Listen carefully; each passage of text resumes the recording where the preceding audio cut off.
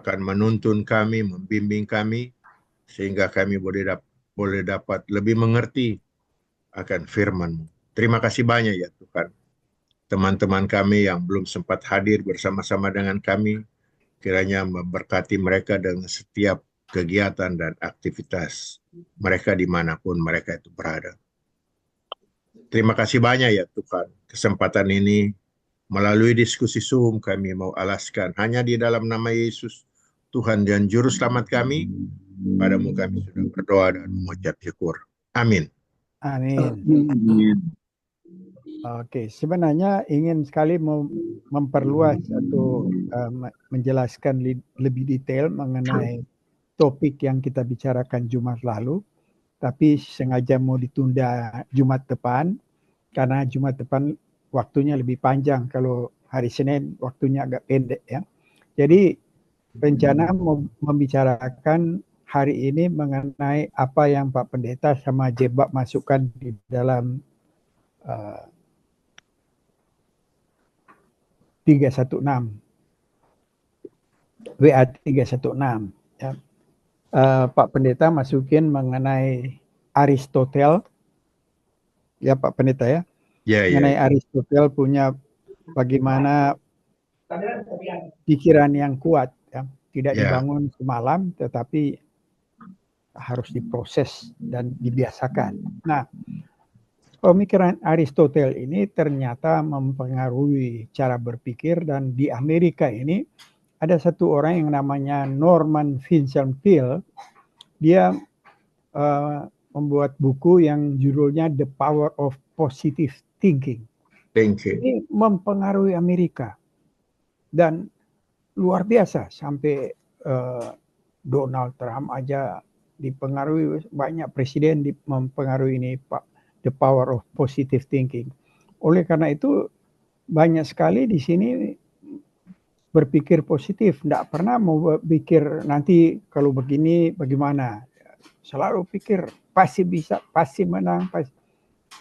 Kelanjutannya Presiden Trump bersama Biden kan dia kalah. Padahal dia sudah bilang winning, nah, kalah. Waduh, tragis. Jadi positive thinking itu mempengaruhi Amerika ya. Dan salah satu Norman Vincent Peale ini dia punya semboyan, kalau kita terjemahkan dalam bahasa Indonesia, keyakinan seseorang terhadap dirinya sendiri akan memungkinkan hal-hal baik terjadi. Itu dia punya salah satu quotes dari dia ya. Dan ternyata ini bukan hanya mempengaruhi banyak pemimpin pemerintahan di Amerika. Ada satu pemimpin gereja yang luar biasa di California, namanya Dr. Robert Schuller. Dia yang membangun Crystal Cathedral di California. Dan sangat megah. Bro Niko tahu itu pasti sangat megah. Tetapi dan dia itu berpikir positif sekali, positive thinking yang dia adopt dari Norman Vincent Peale.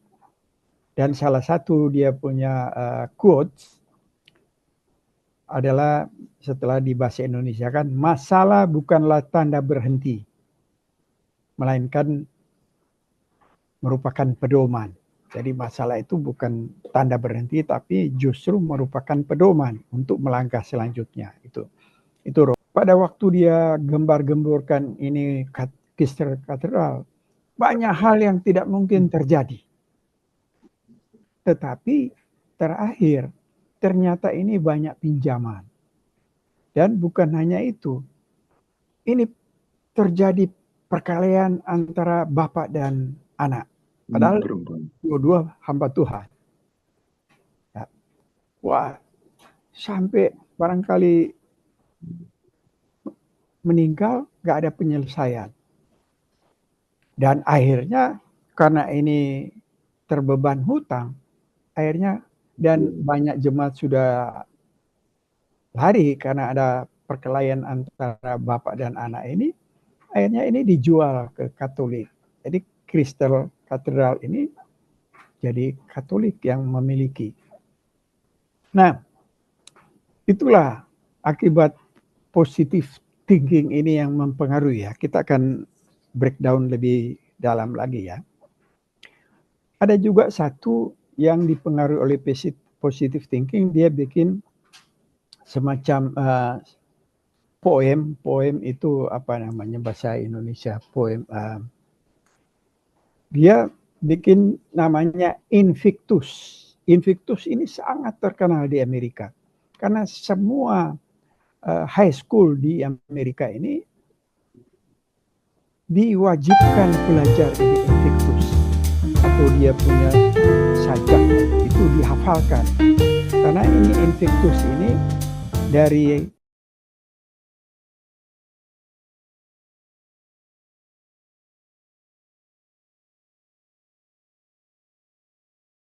syair yang terakhir. Invictus itu artinya tidak terkalahkan bahasa Indonesianya.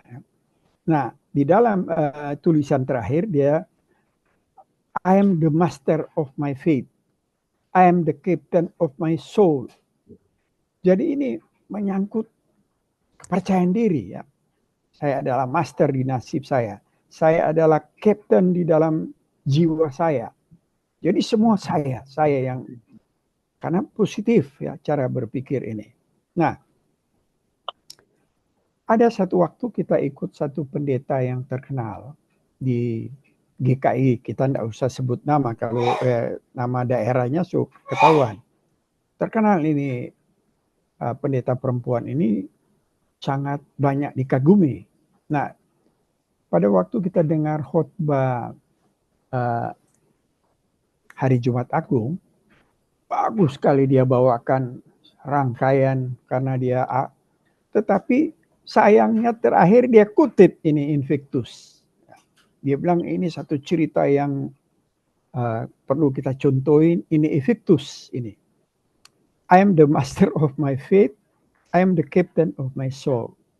Padahal di dalam bukunya Jerry Bridges, dia tulis yang high school yang mempelajari Invictus ini, yang sudah mempengaruhi Amerika, susah mengerti anugerah. Karena ini berpusat kepada diri, kemampuan diri. Dan dia kutip lagi, ini Invictus ini, yang menulis itu William Ernst Henley ya, kalau Google, ini mempengaruhi Nelson Mandela. Bayangkan Nelson Mandela itu 27 tahun di penjara. Tapi dia bisa survive dan akhirnya bisa jadi presiden Afrika Selatan. Dan salah satu yang mempengaruhi dia adalah ini Invictus ini. Artinya positif, kekuatan berpikir untuk tidak dikuasai oleh penjara. Ini kelihatannya hebat ya. Tapi satu korban, pendeta Robert Schuller ini jadi korban, akhirnya keluarga berantakan, akhirnya gereja yang mereka bangun itu bagus sekali dijual.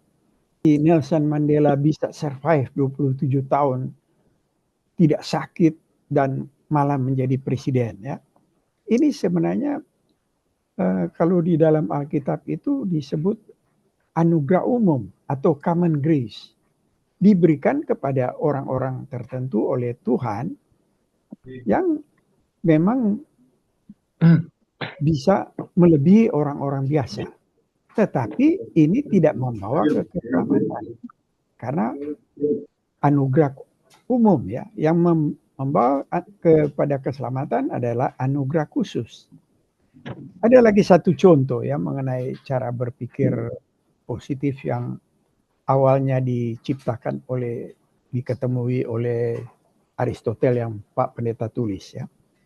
Ini Viktor Frankl ya, orang Yahudi yang di penjara di Nazi. Ada satu buku yang dia tulis, Man Search for Meaning. Jadi manusia mencari arti. Nah, dia punya salah satu kutipan, segala sesuatu dapat diambil dari manusia kecuali satu hal. Jadi orang bisa penjarakan dia, bisa menghukum, Tetapi ada satu hal yang mereka tidak bisa penjara, yaitu kebebasan manusia berpikir. Karena walaupun badan dipenjara, tapi kan pikiran mereka tidak tahu kalau dia tetap ada hal-hal positif yang dia pegang. Ya. Ini semua ternyata ada common grace, yaitu anugerah umum yang ya. ada orang-orang yang bisa. Tetapi ini cilakanya kalau orang berpusat ke sini, ini tidak menyelamatkan. Dan positive thinking ini adalah anthropocentric, artinya berpusat kepada diri, kekuatan berpikir. Dan ini sebenarnya juga mempengaruhi si Paul Choyonggi ya di Korea Selatan. Dia bilang kalau kita berdoa itu pasti akan dikabulkan oleh Tuhan. Kalau berdoa minta mobil harus tahu mereknya, warnanya, tahunnya, detail, dan klaim kepada Tuhan. Ini kan positive thinking. Dan itu banyak mempengaruhi orang Kristen. Nah, bagaimana Alkitab punya mau? Ada satu hamba Tuhan, kalau dengar di YouTube, dia bilang begini, Alkitab mengatakan berpikir benar sesuai dengan kehendak Tuhan, yaitu di firman. Nah, itu yang cara berpikir orang Kristen yang benar. Jadi kalau jangan berpikir positive thinking, itu bisa ke diri, kekuatan diri. Padahal manusia kan diberikan bukan hanya pikiran, perasaan. Lain kali perasaan yang menguasai pikiran. Karena kalau kita takut, perasaan yang kuasai pikiran. Sampai ada istilah yang mengatakan, reason is the slave of passion. Artinya cara berpikir itu bisa menjadi pembantunya perasaan. Karena perasaan yang menguasai cara kita lain kali. Ya. Bahayanya ini positive thinking ini, itu menyangkut diri sendiri. Artinya kekuatan diri. Sedangkan orang Kristen harus berpikir benar berdasarkan apa yang dikehendaki oleh Tuhan. Nah, itu yang kita pelajari di firman. Amsal 16 ayat 9. Hati manusia memikir-mikirkan jalannya, tetapi Tuhanlah yang menentukan arah langkahnya. Ya, kita boleh berpikir, tetapi tetap saja selalu Tuhan yang menentukan. Siapa bisa baca 2 Timotius 2 ayat 7? Perhatikanlah apa yang kukatakan, Tuhan akan memberi kepadamu pengertian dalam segala sesuatu.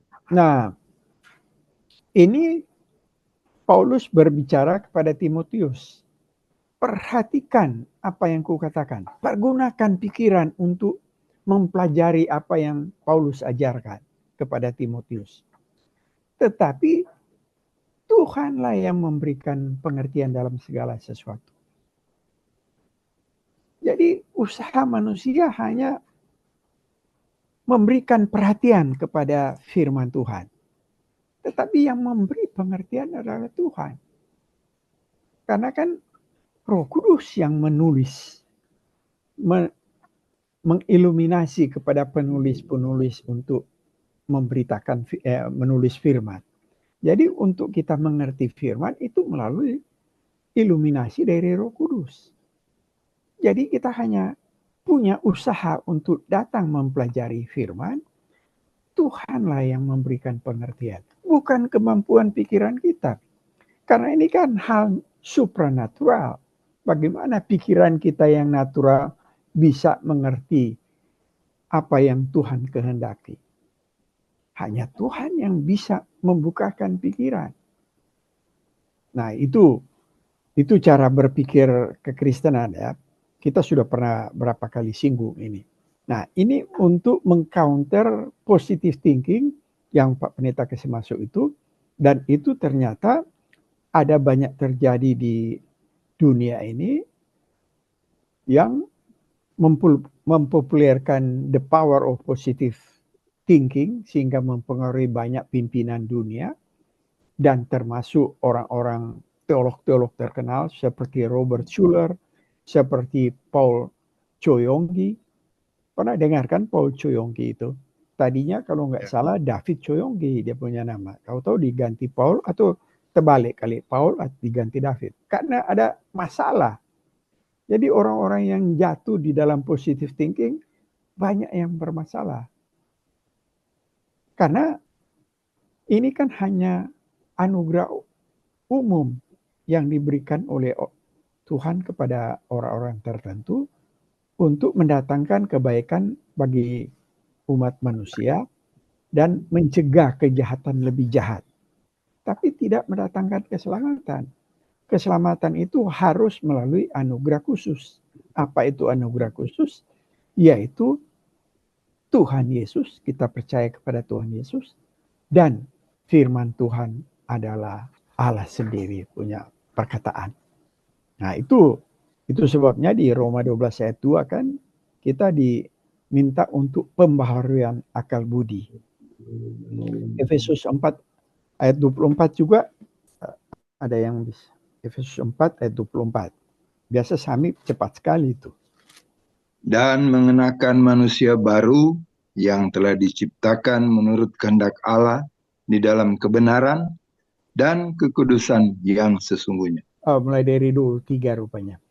Supaya kamu dibaharui di dalam roh dan pikiranmu dan mengenakan manusia baru. Jadi ayat 23 supaya kamu dibaharui di dalam roh dan pikiranmu. Kalau Roma 12 ayat 2 kita di perubahan akal budi ya. Sama dengan Efesus 4 ayat 23 dan 24.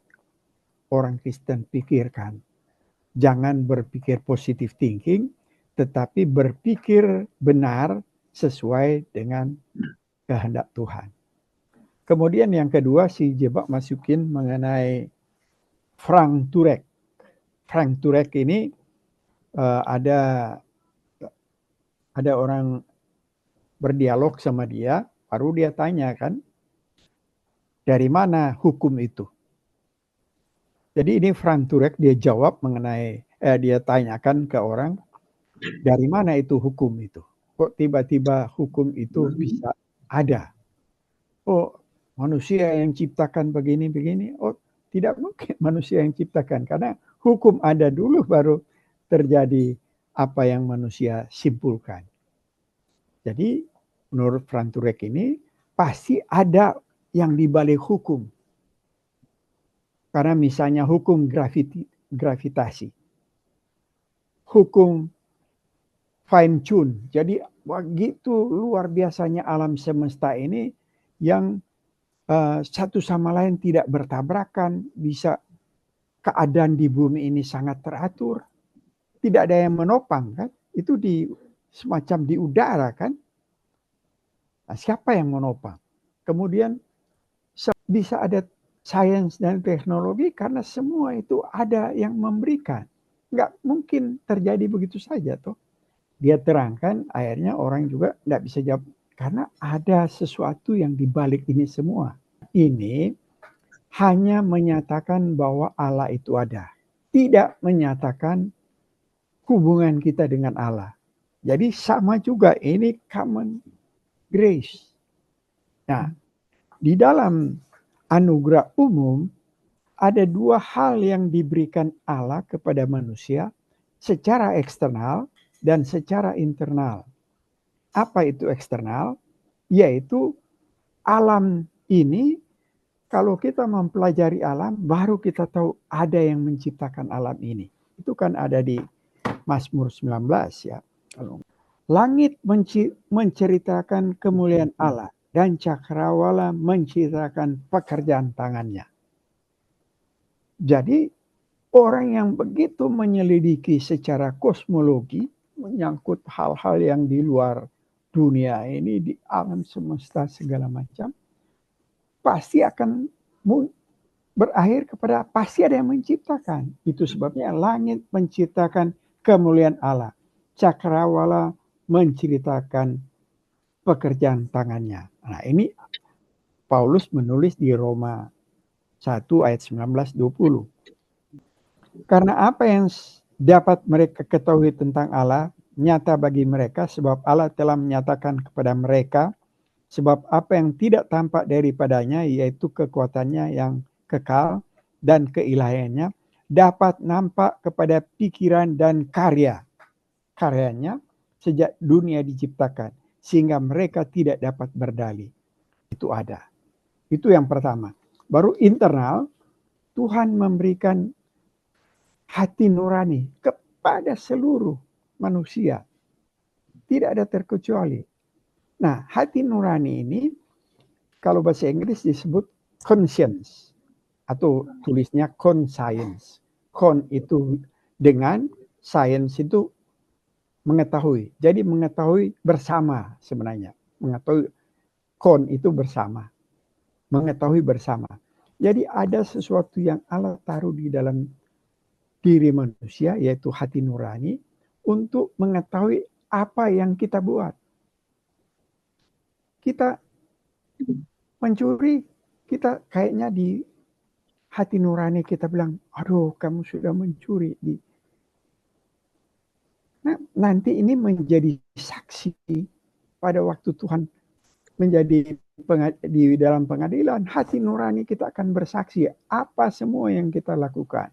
Baik melakukan maupun di dalam pikiran. Nah, itu sebabnya di Roma 2 ayat 15.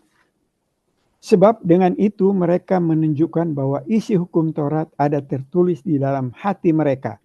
Dan suara hati mereka turut bersaksi dan pikiran mereka saling menuduh atau saling membela. Jadi suara hati mereka turut bersaksi dan tertulis di dalam hati mereka. Nah, ini hati nurani kita diberikan di dalam diri kita. Kemudian alam semesta, semua manusia bisa tahu yang mana itu Allah ada. Jadi secara eksternal dan secara internal, itulah yang disebut anugerah umum. Dan semua ini hanya menuju kepada kita mengetahui Allah itu ada. Tetapi tidak bisa berhubungan dengan Allah yang menyelamatkan. Nah, untuk kita sampai kepada keselamatan harus melalui anugerah khusus. Apa itu anugerah khusus? Allah memberikan Yesus menebus kita dan kita percaya kepada Yesus, itulah satu-satunya keselamatan. Itu sebabnya kan di Roma 14 bilang, segala sesuatu yang kita lakukan tanpa iman berdosa. Apa itu iman? Yaitu percaya kepada Yesus. Itulah anugerah khusus yang diberikan ke tidak semua orang, kepada orang-orang yang tertentu. Karena Injil adalah kekuatan Allah untuk menyelamatkan. Karena itu yang membuat kita ada hubungan dengan Tuhan. Itu kira-kira. Silakan Pak Pendeta tambahkan. Sangat luar biasa ya, bahwa Alkitab senantiasa adalah standar yang paling tinggi dari semua pemahaman manusia. Memang sengaja saya posting itu di grup untuk barangkali supaya kita semua tahu bagaimana untuk, memang kita sudah mendapatkan pelajaran beberapa waktu lalu tentang anugerah umum dan anugerah khusus. Tapi dengan ada pandangan-pandangan daripada seperti Aristoteles ataupun Socrates, Plato dan sebagainya, mungkin kita juga perlu mengetahui untuk bagaimana bisa mengcounter atau bisa memahami lebih dalam bahwa pandangan-pandangan manusia itu kelihatannya seperti baik, bagus, tetapi dibandingkan dengan apa yang Alkitab berikan itu tentu masih belum ada apa-apanya, karena landasan Alkitab itu adalah landasan yang paling tinggi. Dan kita boleh bersyukur bahwa melalui diskusi sub kita ini, kita dapat pemahaman yang sangat luar biasa. Sebetulnya Roli ini bagusnya juga bisa menulis buku, jadi dengan begitu bukan akan tertinggal begitu saja, tapi kalau ada tulisan-tulisan yang betul-betul bisa kita kembali mengulang-ulang, membaca. Memang saya sendiri sih banyak menulis dengan ayat-ayat, apalagi ayat-ayat konteks yang berkaitan atau referensi yang diberikan. Tapi eh, kalau ada tulisan dari Rowley dan dibukukan, wah itu sangat luar biasa juga sih. Kita berdoa saja supaya materi-materi yang sudah diberikan sepanjang masa ini, panjang waktu ini. Saya mungkin baru ada setahun kali ya saya ikut, ada sudah begitu banyak yang saya dapatkan. Ya selalu saya katakan bahwa satu hal yang menguntungkan bagi saya sebagai orang yang melayani, saya sudah lebih banyak mengurangi untuk mencari bahan materi yang lain karena materinya sudah segudang yang saya tinggal pilah-pilah aja, milih-milih aja ya mana yang cocok ya kan untuk jemaat.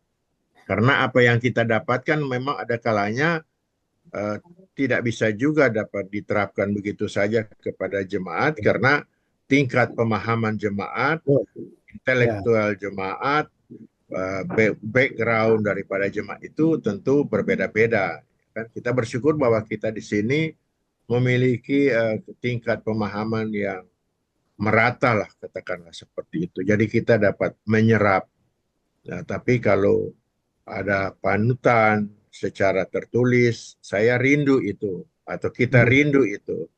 Ya, semoga aja karena apa yang sudah diberikan oleh Roli sebetulnya tinggal diedit saja. Nah, mungkin ada orang-orang yang mahir yang bisa membantu mengedit sehingga itu boleh menjadi satu rangkaian atau satu seri daripada buku. Mungkin buku tidak perlu tebal, ya, tetapi itu menjadi satu seri dan itu sangat bagus sekali.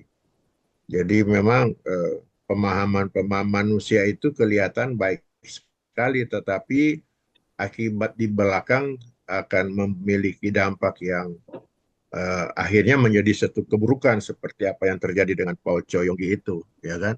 ya. Ya, antara lain yang menjadi pengikut setia dia itu ya sudah meninggal yaitu Yakob Nahuai sampai dia pergi belajar ke kemana ke Korea itu, ya kan? Nah, akhirnya dia juga terjadi masalah sehingga dia dipenjarakan karena masalah penyalahgunaan saham di gerejanya dan sebab usahanya. Nah, memang gereja-gereja Korea itu yang saya pernah ikutin, mereka itu kaya sekali gereja-gereja Korea, sehingga karena kekayaannya itu mereka membantu bisnis daripada jemaat. Nah, sehingga bisnis itu berkembang dan bisnismennya itu dia tetap memberikan bantuan apakah itu bentuk perpuluhan atau sumbangan kepada gereja dan sehingga gereja itu menjadi kaya secara materi. Nah, akibatnya karena mungkin berpikir secara positif tidak terkendali, akibatnya ya seperti apa yang dialami oleh Choyonggi. Dan begitu juga dengan ada gereja yang di Surabaya yang mana anak dengan bapak saling Oh, um, iya. apa, saling masuk dalam peradilan karena mau menguasai aset yang begitu besar, yang begitu luas, ya kan? Sehingga anaknya itu menguasai gerejanya, bapaknya diusir dan tidak boleh lagi bergereja di situ. Nah Iya. itu lebih celaka lagi karena bukan saja berdasarkan kepada positive thinking, tapi gereja yang selalu mengandalkan kuasa Roh Kudus. Nah, coba itu kan lebih kacau lagi kan. Ya. Nah, jadi ya saya sangat bersyukur ya setelah saya mengikuti diskusi ini ada begitu banyak memberikan arahan yang begitu baik kepada dalam diri saya sehingga saya dapat lebih memahami dan saya anggap inilah hikmat yang saya dapat dari Tuhan dan olehnya menjadi kita lebih sensitif tentunya. Kita lebih berhati-hati, lebih awas untuk dapat kita menilai ya. Tuhan memberikan kita hikmat, akal budi sehingga kita dapat menilai ini baik dan ini kelihatan aja kulitnya baik, tapi betul-betul ada yang benar-benar sangat bermanfaat kita. Jadi saya pikir itu saja dan mungkin ada yang lain silahkan kita bisa lebih mendalami explore, jadi kita dapat lebih belajar dari pengalaman-pengalaman apa yang kita lihat dengan kehidupan kita sendiri. Terima kasih, Tuhan berkati. Sebenarnya 2 minggu atau 3 minggu yang lalu usulan dari Pak Pendeta kita ada usul ke Roli juga. Tapi yang membantu untuk orang sekarang Jeba taruh di YouTube, jadi nggak perlu repot-repot nyatet lagi, tinggal buka YouTube, ya, diulang-ulang. Ya betul ya. Memang sudah membantu itu ya. Ya, Jeba sudah bantu dengan masukan di YouTube. Cuma barangkali ya kita orang ada yang dibilang gaptek, yang ada kalanya juga kita orang dibilang ada yang gaptek kan untuk ke YouTube. Nah, tapi memang bagus juga sih. Saya pikir kalau Roli bisa membuat tulisan secara khusus soal itu, selain menjadi kenangan kan, karena ya umur orang kan sudah tidak, ya secara manusia kan soalnya tidak panjang tuh, so boleh kurang hitung di jari kan. Siapa tahu jadi bestseller. Ya, ya. Jeba boleh edit itu, jadi bikin buku. Ya, karena topik-topiknya sangat luar biasa. Dan itu bisa menjadi panduan untuk para pemimpin gereja yang rohani tentunya ya. Mereka akan banyak tertolong dengan apa yang kita pelajari sebetulnya. Saya ada nonton di mana itu American Talent ya, Got Talent itu atau apa itu. Ada seorang ayah yang bekerja keras untuk keberhasilan keluarganya. Dia sampai artinya dia tidak lagi memikirkan dia punya kehidupannya karena demi untuk sukses anaknya bisa sekolah dan bisa berhasil. Tapi sesudah anaknya berhasil menamatkan sekolah, istrinya meninggalkan dia dan anaknya juga meninggalkan dia. Sehingga dia terlantar, sehingga dia punya rumah yang dia bangun hilang, habis dia jual, dan kemudian dia itu hidup di jalanan. Dan kemudian dia entah bagaimana dia bisa tampil di American Got Talent dan dia mau menyanyi. Dia bilang, saya mau menyanyi bukan untuk saya boleh menjadi juara. Saya mau menyanyi di sini bukan karena supaya saya terkenal, menjadi famous. Tidak. Tapi saya mau menyanyi dengan harapan anak istri saya itu bisa mendengarkannya. Karena sampai dengan saat ini, saya mengasihi mereka. Saya masih mengharapkan mereka. Paling tidak mereka bisa menghubungi saya. Itu sudah membawakan saya sukacita yang besar. Waktu dia bercerita dan waktu dia menyanyikan lagu itu, audiensnya itu saya lihat semua menangis. Apalagi orang perempuan-perempuan. Begitu luar biasa. Jadi di sini kita lihat bahwa sekalipun itu kasih yang belum tentu berlandasan kepada anugerah, tetapi secara manusia, naluri dan sebagainya itu sangat berkesan dan sangat menyentuh hati. Nah, saya pikir kalau hal sudah seperti itu aja bisa menjiwai seseorang dan mempengaruhi audiens, apalagi kalau kita hidup di dalam Tuhan, tentu lebih lagi kan. Kira-kira sudah seperti itu.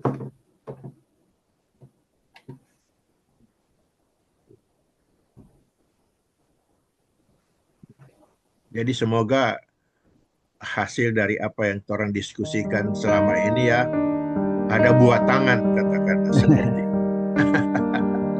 Semoga.